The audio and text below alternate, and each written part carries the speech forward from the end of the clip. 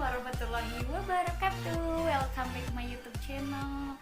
Aku udah berapa bulan ya nggak bikin video. Kali ini aku udahlah ya.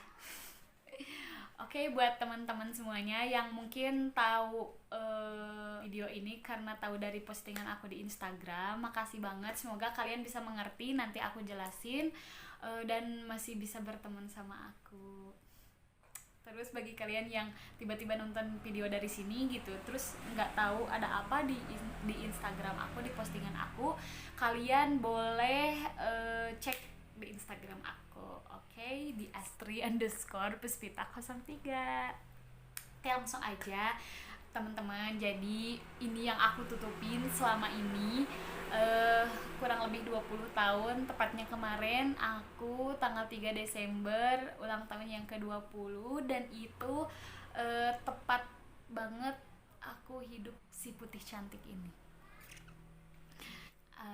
Aku punya penyakit, bener, namanya vitiligo. Vitiligo ini jadi penyakit kulit yang emang gak berbahaya, gak nular juga, tapi emang kelihatannya agak meresahkan di mata gitu. Meresahkan karena emang jadi kalau cewek kan mengurangi kecantikan gitu, kalau cowok ya pasti pandangan orang-orang tuh berbeda gitu. Aku sebenarnya pengen bikin video ini, tapi aku tuh kok ternyata susah. Ini udah berapa kali tag tapi susah gitu mau ngomong apa, terus speechless, pengen nangis, terus mikir lagi ini yakin gak mau bikin video ini, yakin gak mau ngebuka ini gitu. Tapi yaudah, dengan yakinnya aku, oke, aku publish kamu sekarang. Sedih ya, sedih, kadang suka marah sama takdir gitu. Kenapa Allah ngasih aku cobaan, atau Allah ngasih penyakit aku yang seperti ini gitu. Sisi baiknya juga gitu, mungkin Allah kalau nggak kayak gini aku nggak akan nutup aurat, kalau nggak kayak gini aku itu pokoknya pasti di setiap yang Allah kasih, cobaan yang Allah kasih pasti ada hikmahnya, seperti itu. Jadi balik lagi tadi,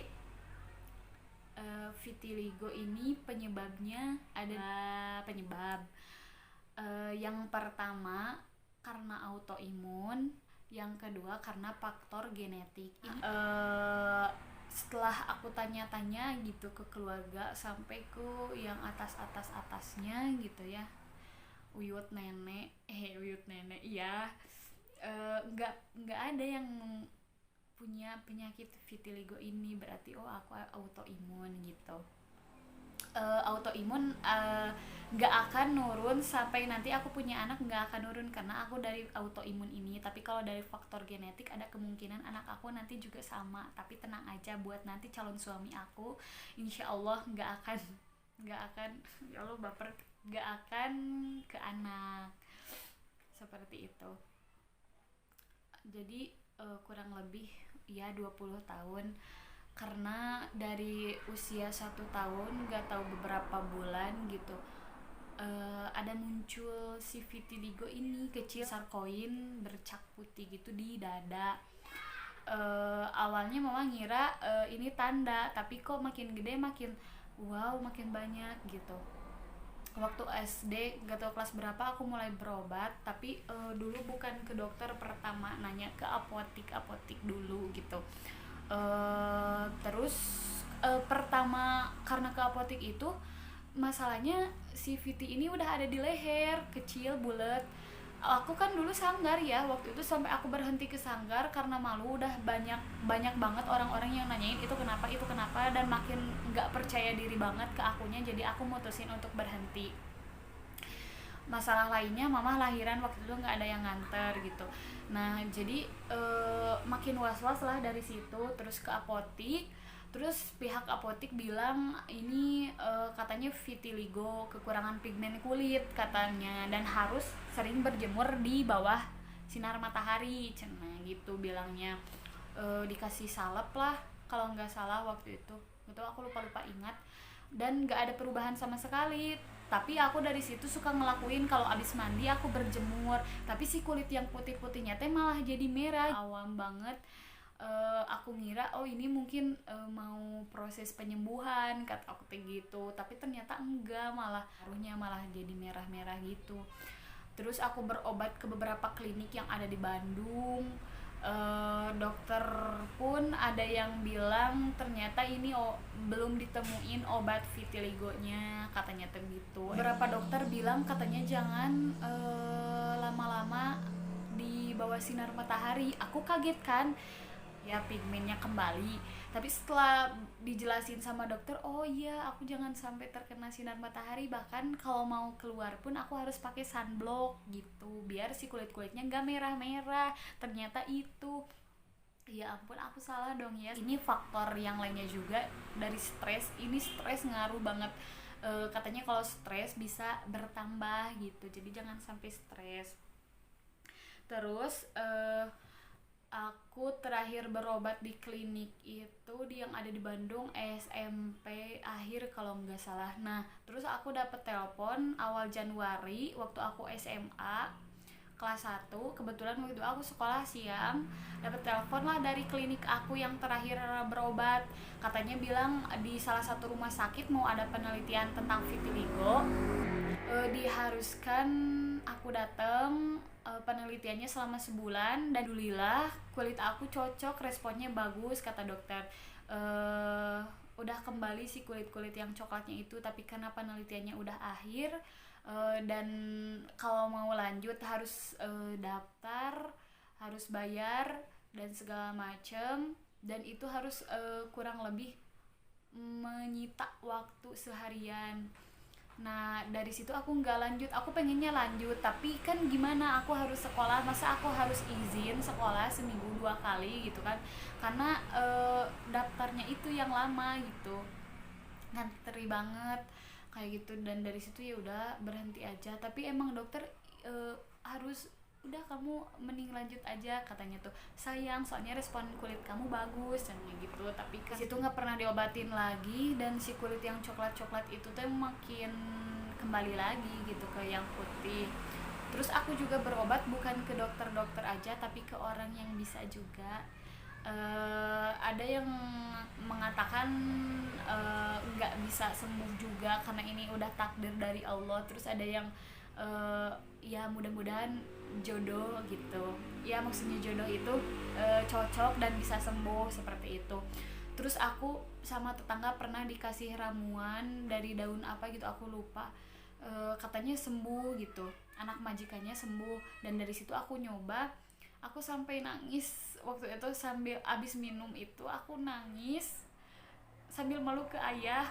Kata aku teh, aku hidup kok, salah aku apa kok sampai aku minum sepahit ini, kayak hidup aku tuh perih banget gitu sampai aku kayak gini gitu ya. Nah dari situ aku dipeluk sama ayah, kamu kuat katanya tuh gitu. Tapi dari situ aku nggak kuat, aku lemah banget gitu karena pahit. Aku jadi nggak dilanjut cuma beberapa hari karena abis minum itu bawaannya tuh pengen muntah.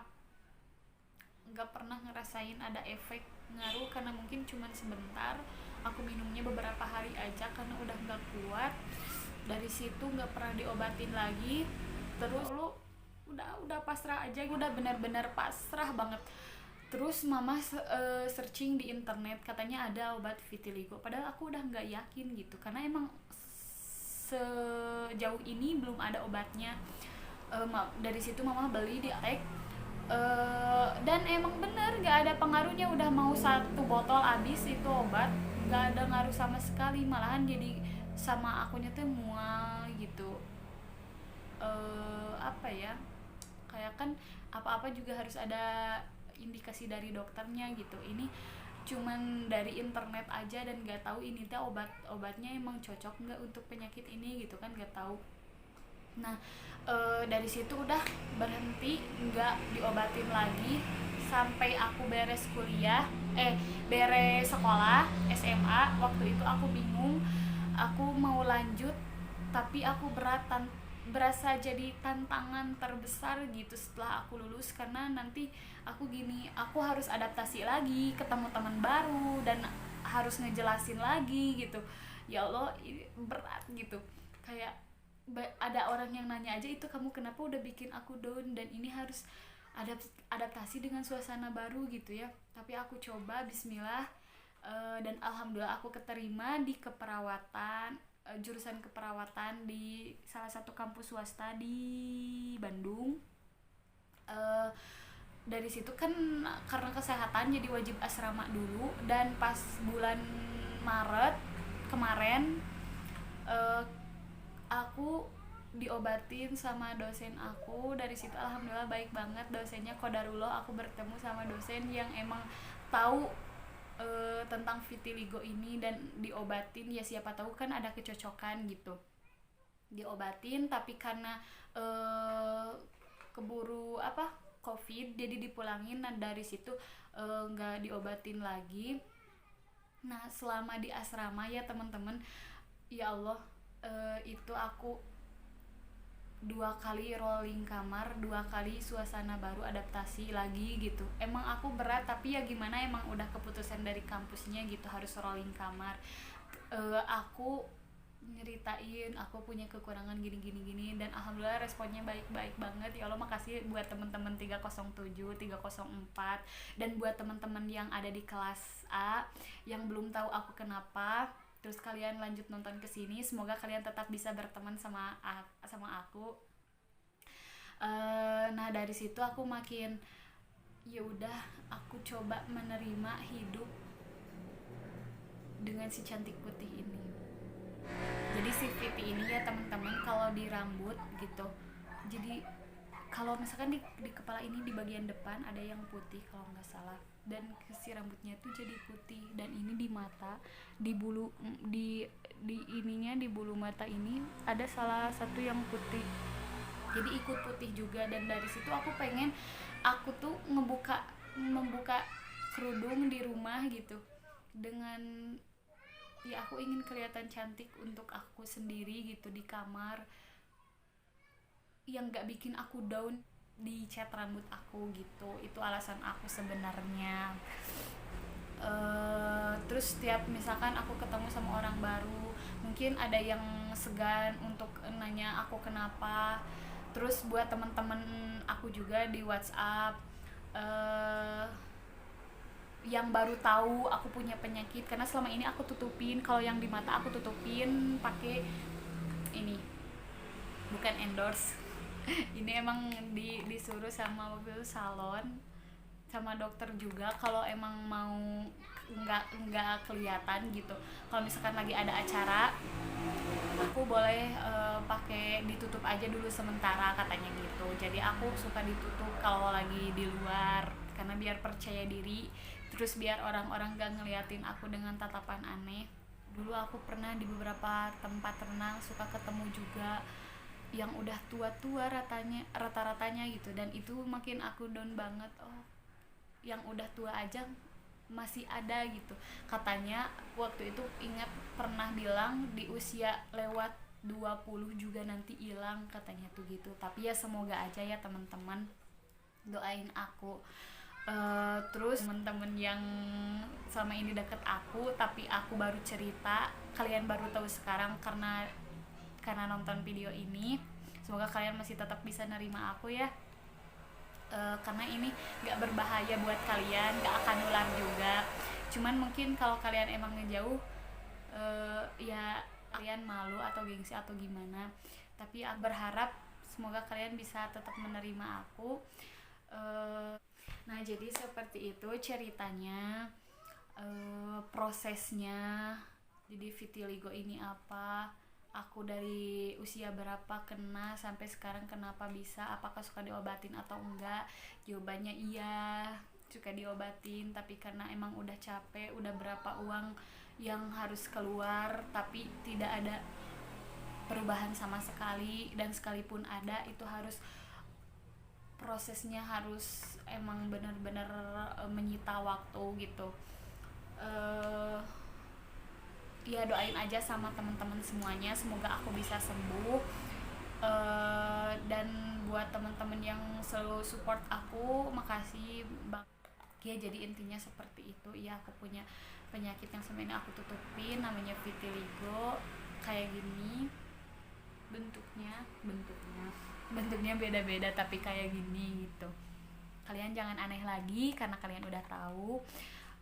Aku mulai speechless, nggak bisa berkata-kata. Pokoknya aku harap ada suatu saat nanti ada orang, jika penyakit aku tidak bisa sembuh atau tidak kunjung sembuh, semoga ada pendamping yang bisa nerima aku apa adanya, bukan ada apanya, seperti itu. Aku yakin di balik ini semua ada hikmahnya. Allah nggak akan ngasih cobaan di luar batas kemampuan hambanya. Makanya dari situ aku aku publish, aku cerita ke teman-teman semuanya. Walaupun emang orang tua ngelarang udah jangan, tapi aku pengen biar nggak ada yang ditutupin, dan biar kalau ada yang ngedeketin aku atau ada orang baru, ya suruh mereka nonton aja gitu deh video ini, kayak gitu. Terima kasih buat yang udah ngedengerin dan masih tetap akan berteman sama aku. Semoga kebaikan kalian dibalas oleh Allah Subhanahu wa taala, dan makasih juga buat teman-teman yang udah ngucapin aku, udah doain aku kemarin. Semoga dengan hakikatnya usia itu berkurang gitu, nggak tahu sisa usia aku berapa tahun lagi. Tapi semoga aku bisa lebih baik lagi dari yang sebelumnya, dan intinya doain aku semoga aku bisa sembuh, seperti itu. Terima kasih udah nonton. Mohon maaf jika ada perkataan aku yang salah atau ada yang menyinggung gitu, nggak maksud ada apa-apa. Assalamualaikum warahmatullahi wabarakatuh.